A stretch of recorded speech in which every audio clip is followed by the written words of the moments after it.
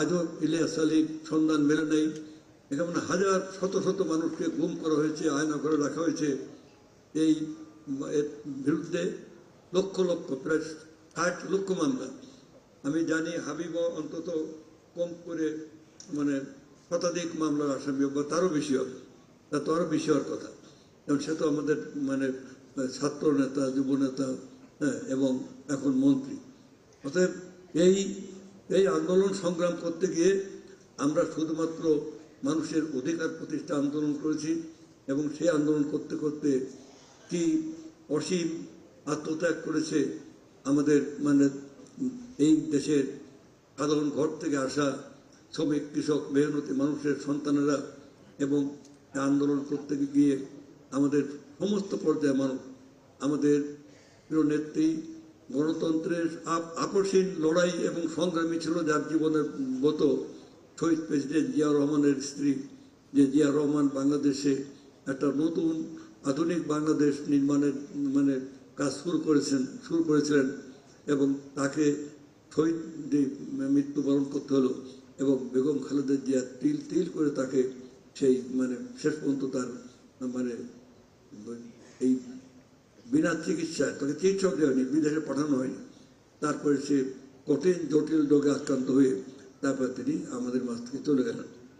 এখন আমার বক্তব্য হলো যে এর ধারাবাহিকতায় কালমিনেশনে হচ্ছে জুলাই গণ অভ্যুত্থান।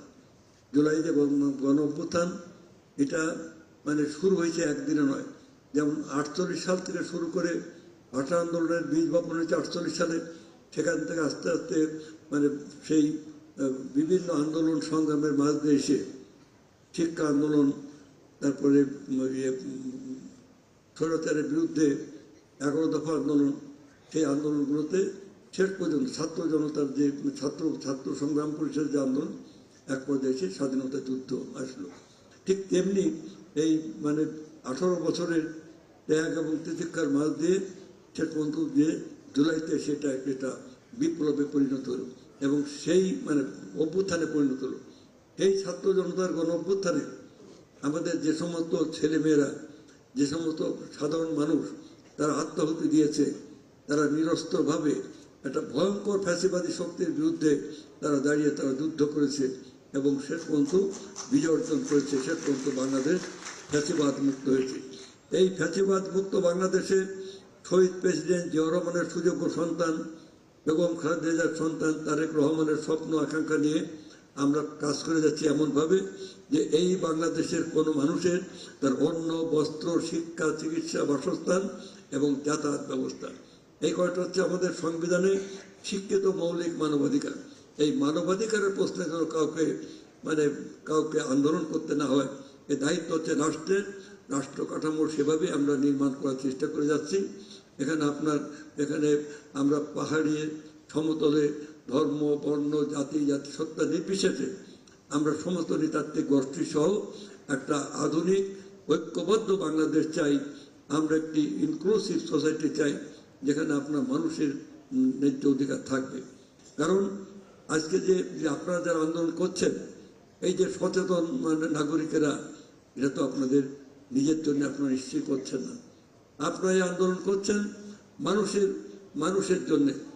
মানুষকে আজকে যদি লোকালয়ে যদি আগুন লাগে, দেবালয় রক্ষা পায় না, সেখানে মন্দির থাকলেও পুড়ে যায়, মসজিদ থাকলেও পুড়ে দেয়।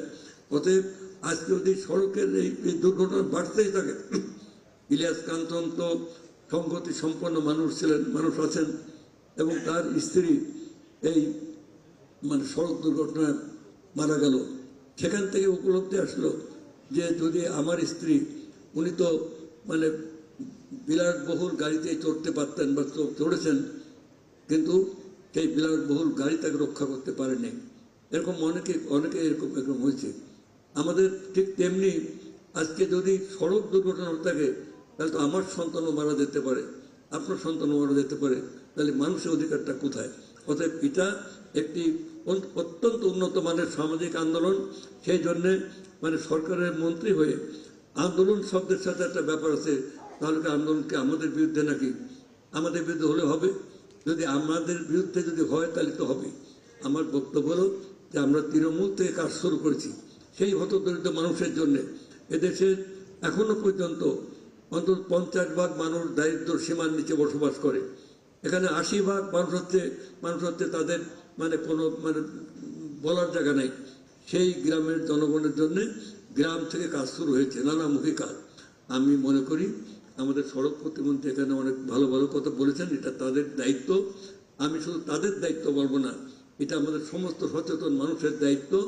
আসুন আমরা সবাই মিলে এই নিরাপদ সড়ক জন্য, এবং সেটা অনেক কাজ চলছে, কিন্তু কিছু কিছু আইন তৈরি হচ্ছে এবং কিছু কিছু আপনার মানে সেই প্ল্যানিং চলতেছে। এটা আমাদের হাবিব মানে অনেক কথা বলে গেছেন।